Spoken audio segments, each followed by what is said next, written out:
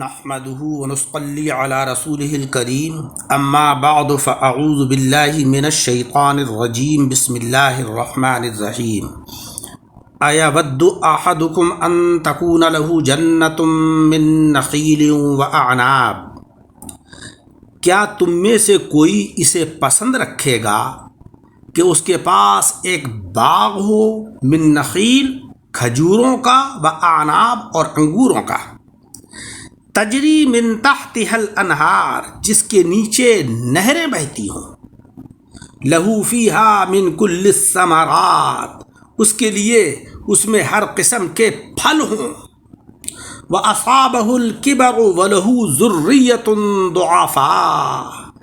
اور اس سے بڑھاپا پہنچا اور اس کے لیے جو اولاد ہے اس کی وہ ناتواں اور کمزور ہے فَأَصَابَهَا إِعْصَارٌ فِيهِ نَارٌ فَاحْتَرَقَتْ پس پہنچا اس باغ کو ایک بگولا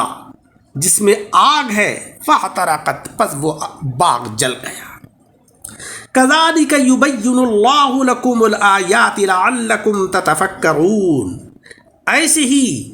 بیان کرتا ہے اللہ تبارک و تعالی تمہارے لیے اپنی آیتیں تاکہ تم ان آیتوں میں غور کرو۔ چونکہ ذکر چل رہا ہے خیرات اور صدقات کا، اس لیے اللہ تبارک و تعالی نے فرمایا کہ اے خیرات کرنے والوں، بھلا سوچو تو کہ تم میں سے یہ بات کسے پسند ہوگی کہ اس کے پاس کھجور اور انگوروں کا گھنا باغ ہو، اور ایسا باغ کہ جس کے نیچے پانی کی نہریں چلتی ہوں۔ بتاؤ تو وہ کتنا خوشنما ہوگا وہ باغ، کس قدر خوبصورت ہوگا وہ باغ، جس سے کہ وہ باغ خوب ہرا بھرا ہو کہ دیکھنے میں بھلا معلوم ہوتا ہو، اور اس میں ہر طرح کا آرام بھی ہو اور خوب پھلوں سے لدا ہوا ہو۔ کھجور اور انگور کے علاوہ اس میں اور بھی ہر قسم کے پھل اور میوے ہوں، اور باغ والا بوڑھا ہو چکا ہے جس کی گزر اوقات اس باغ پر ہی ہے، کسی اور کمائی کے لائق وہ شخص نہیں ہے کیونکہ بوڑھا ہو چکا ہے اور اس کی کمائی کا ذریعہ صرف وہی باغ ہے۔ اس کے باوجود اس کے چھوٹے ناتواں کمزور بچے بھی ہوں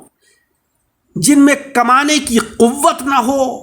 اور اس بوڑھے کو ان بچوں سے خبرگیری کی کوئی امید بھی نہ ہو کیونکہ وہ تو ابھی بچے ہیں، معصوم ہیں،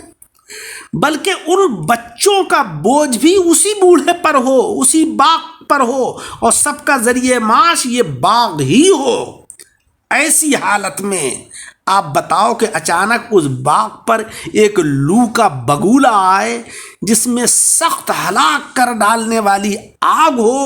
جس سے کہ وہ ہرا بھرا باغ آن کی آن میں جل کر تباہ ہو جائے کہ نہ پھل باقی رہے، نہ شاخیں باقی رہیں، نہ پتے بچے، نہ لکڑیاں بچیں، نہ جڑ بچی، بلکہ راکھ کا ڈھیر نظر آ رہا ہے۔ بتاؤ اس وقت اس بوڑھے شخص کے رنج و غم کا کیا عالم ہوگا،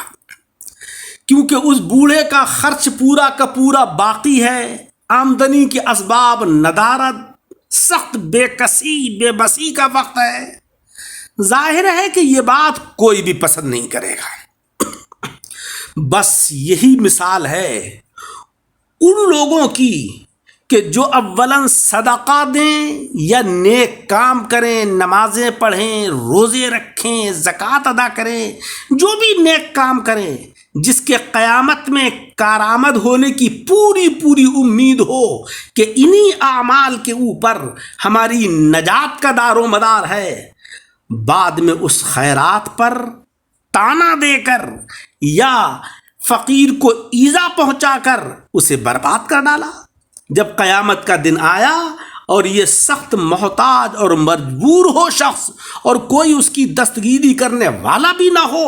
اس وقت اسے عبادات کا باغ اجڑا ہوا، پھل تباہ شدہ ملیں، بتاؤ اس دن اسے کیسی بے بسی اور حسرت ہوگی، اور اس کی آرزوؤں کا کس بری طرح خون ہوگا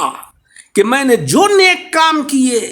میں نے صدقہ اور خیرات کیا، میں نے نمازیں پڑھی، میں نے حج کیا، میں نے زکوٰۃ ادا کی، مگر میری نیت میں اخلاص نہیں تھا۔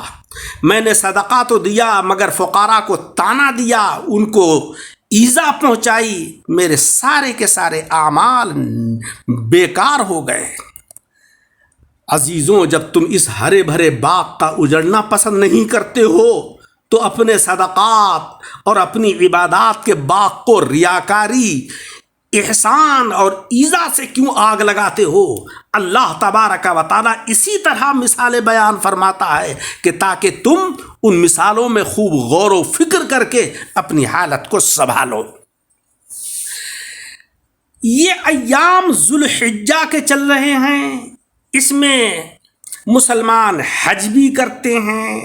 عید الاضحیٰ کی نمازیں پڑھتے ہیں، بہت ریاضات کرتے ہیں، قربانی بھی کی جاتی ہے،